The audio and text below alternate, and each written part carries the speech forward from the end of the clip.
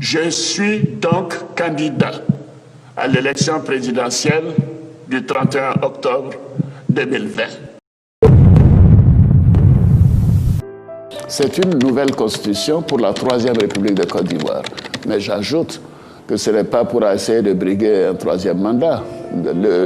La limitation de 2 mandats sera respectée dans la nouvelle constitution. Je voudrais vous annoncer solennellement que j'ai décidé de ne pas être candidat à l'élection présidentielle du 31 octobre 2020 et de transférer le pouvoir à une jeune génération.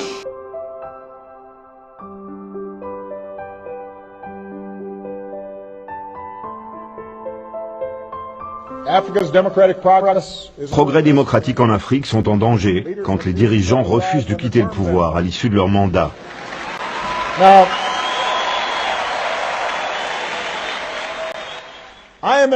J'effectue mon second mandat. Ce fut un privilège extraordinaire de servir en tant que président des États-Unis. Je ne peux imaginer plus grand honneur ou travail plus important. J'adore mon travail. Mais sous notre Constitution, je ne peux pas me représenter. Je ne peux pas.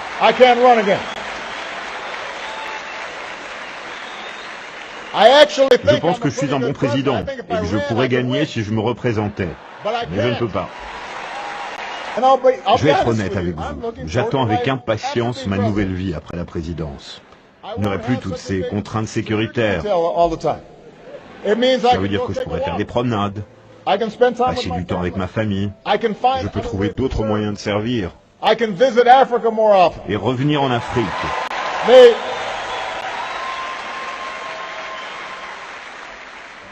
Je ne comprends pas pourquoi les gens veulent rester si longtemps au pouvoir.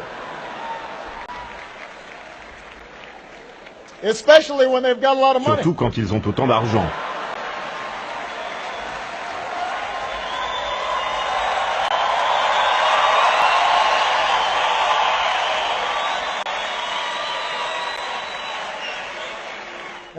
Vous entendez les dirigeants dire « Je suis le seul à pouvoir unir ce pays ». Si c'est vrai, alors ce dirigeant n'a pas réussi à réellement bâtir son pays. Regardez Nelson Mandela. Madiba, comme George Washington, ont laissé un héritage durable, pas seulement pour ce qu'ils ont fait en fonction, mais en quittant leurs fonctions et en transmettant le pouvoir pacifiquement.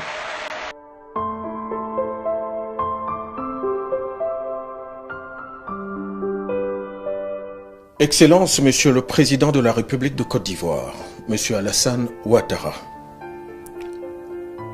Je viens de suivre l'intervention télévisée qui confirme votre candidature à un 3e mandat aux prochaines élections présidentielles, contrairement aux engagements que vous avez solennellement pris devant le peuple ivoirien. Toute ma vie d'artiste, au nom de ma loyauté, j'ai milité pour le peuple. J'ai milité pour les plus faibles. J'ai sacrifié une grande partie de ma carrière pour défendre la paix, l'amour, l'unité et la prospérité dans mon pays. Par conséquent, mon intervention s'impose, car l'heure est grave. Monsieur le Président, on ne bâtit pas un pays sur un régime de peur. On ne bâtit pas un pays en exilant ses fils et en emprisonnant les porteurs d'idées opposées. En succombant à la tentation et à l'éternité politique, vous risquez de faire sombrer la Côte d'Ivoire dans un chaos que nous croyons éloigné à jamais. Allez-vous sacrifier tout ce que vous avez bâti pour vous classer du mauvais côté de l'histoire de notre pays? Allez-vous tomber sans résister dans le destin tragique des chefs d'État africains obsédés par le pouvoir? Monsieur le Président, vous avez encore une chance d'échapper aux prédateurs qui s'agitent autour de vous pour leurs intérêts et non le vôtre.